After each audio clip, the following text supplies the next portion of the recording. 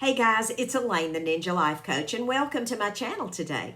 Today is Motivational Monday, so sit back, grab yourselves a cup of coffee. I'll be right back.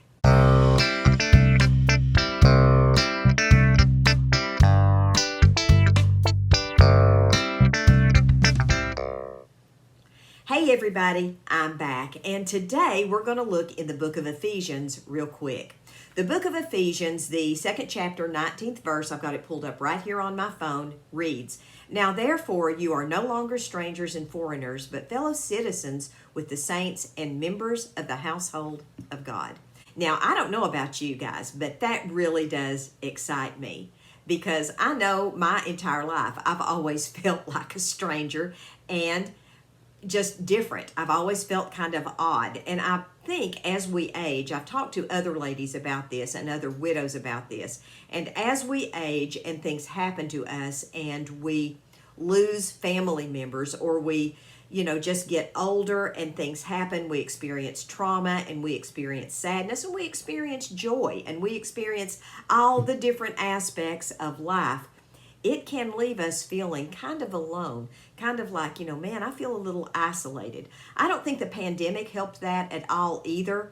But one thing that we can take comfort in if we know God is that we are not strangers here on this earth. We are members of God's household. We have been, if you will, grafted into the main vine which pumps that mercy and grace, just like we would be grafted in if we were a plant. I've been studying with some wonderful ladies the book of James, and one of the Bible verses that just really stuck out to me was in the first chapter of James, and it talks about receive with meekness the engrafted soul, which is able to save your soul. Now, the word engrafted is not a word that is used very often anymore, but it's a word that I love because it signifies and indicates something that is spliced into something that was already there, already stable, and already ready to receive the vine. So you could use the word, another translation for that word is implanted, which means something that is planted in soil that has been prepared for the plant. So God is not surprised by us, ladies. God welcomes us to Him. He welcomes us to His house. He welcomes us to be one with Him in spirit. He loves us. We are never alone. We are engrafted into the vine of Jesus Christ. So we never have to worry about being alone.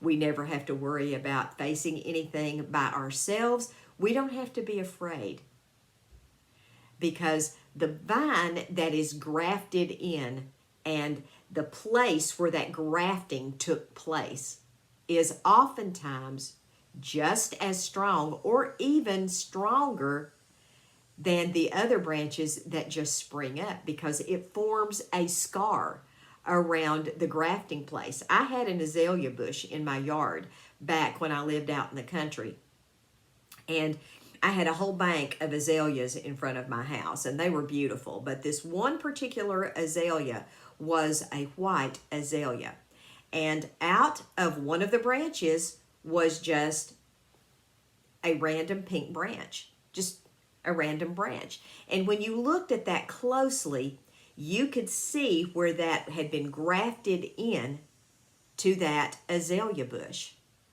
And I don't know if the original bush was pink or if the grafting was pink, but there was a knobby place right there where that branch had been grafted into that azalea bush. And I love seeing that bloom every single year because I knew that that was a reminder of how God grafted us in to the branch of Jesus Christ.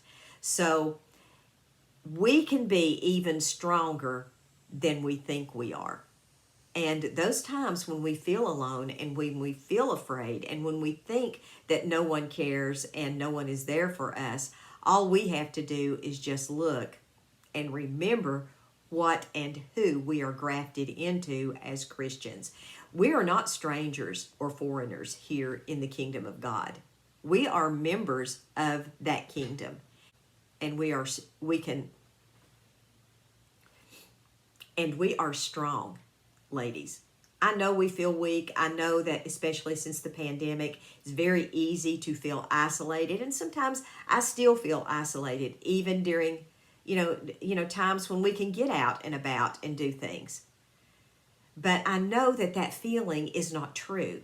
That is a feeling that is sent to us by the enemy to make us feel that way. And when we start feeling that way, we start acting that out, and we start separating ourselves from other people and from God.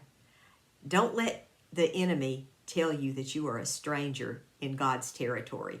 You're not. You're a daughter and a son of the living God. And you have every right to be there. You have every right to be in God's territory. You have every right to be in his house because you are a joint heir with Jesus Christ. Listen, guys, I hope you all have a wonderful day today. I'll drop a link down in the description box to everything I do. God bless you all. Maranatha, folks. Bye-bye.